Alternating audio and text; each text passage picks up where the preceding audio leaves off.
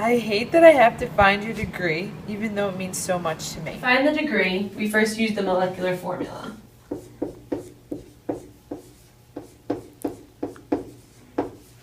There's 3 steps. The first one is 2 times n plus 2. So it's 2, n is the number of carbons, which we have 2 of them, plus 2.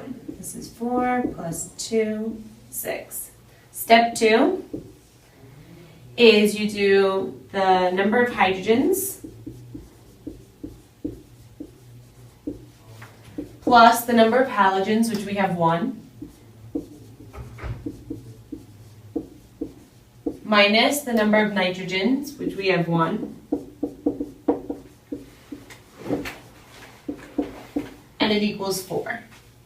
Our last step is step 1 minus step 2 divided by 2. So it's 6 minus 4 divided by 2 is 2 divided by 2 is equal to 1. So we have 1 degree of unsaturation. In the way I need to figure out if you're a double or a triple bond. A double bond or a ring has 1 degree. A triple bond has at least 2 degrees. In order to determine if it is a triple bond, a double bond, or a ring, you must look at the molecular formula. For example, in a ring, it must have at least 6 carbons in the molecular formula. I hate the thought of you not being a benzene ring, because you're easy to find on the IR and NMR. All I gotta do is pay close attention to you. And the way you can have something at 1700, but not be a benzene ring, because there might not be enough degrees. In order to determine whether or not you have a benzene ring in your formula, you must start with the molecular formula. If you do not have 6 or more carbons in your molecular formula, you know you do not have a benzene ring. You also must look at the degree of unsaturation. You must have at least 4 degrees in order for you to have a benzene ring. On the NMR, the line will show up in between 8 and 6, mostly on 7. In the IR, you will have a line coming down from 1700. Sometimes you will have these 2, and you won't have these 2. If that is the case, you know for a fact you do not have a benzene ring.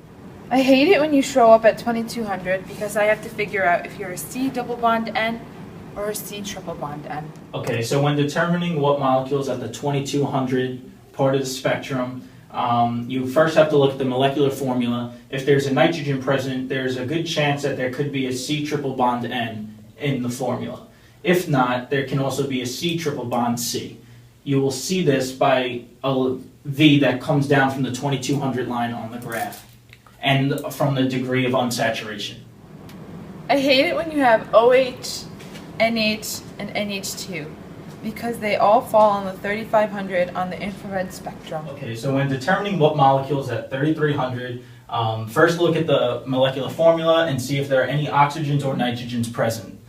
Then after, you're going to go and look at the IR and see which shape is here in the graph.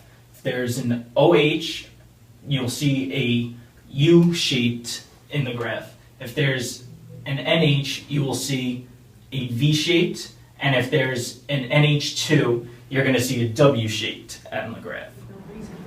I hate you so much, it makes me sick. You even make me panic when Professor Friedland tells us we need to make a video about you. I hate the way your NMR has so many lines and rules. I hate it when you have a carbon line with 9 hydrogens directly attached because I know that can't be true because carbon has 4 bonds, not 9. On the NMR, when you have a single line with a 9 attached to it, it actually means that you have 3 separate carbons with 3 hydrogens attached to them. So anytime you see this line like this, it really equals this. So structurally, when you draw it out, you're going to have your center carbon here with 1, 2, 3 carbons attached. Each carbon attached to the center one is also going to have 3 hydrogens on it. As you can see, we have 1, 2, 3 here, 1, 2, 3 here, and 1, 2, 3 here as well. I hate it when I had to memorize all the rules for NMR, especially all the numbers. Depending upon the NMR, to find out what each molecule represents, you would look where they fall. So, if it's between 11 and 12, it's a carboxylic acid. If it's between 9 and 10, it's an aldehyde. anywhere between 6 and 8 is a benzene ring. At between 5 and 6, it's a C triple bond C. 4.1 is very important. So when you see something at 4.1, take notice to it. It's usually this.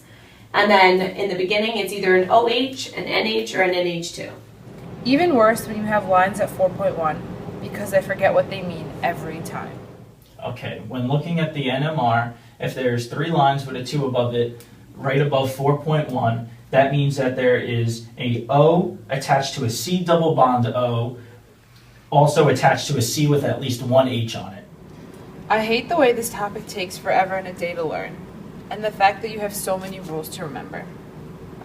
But mostly I hate the way I don't hate you, not even close, not even a little bit, not even at all.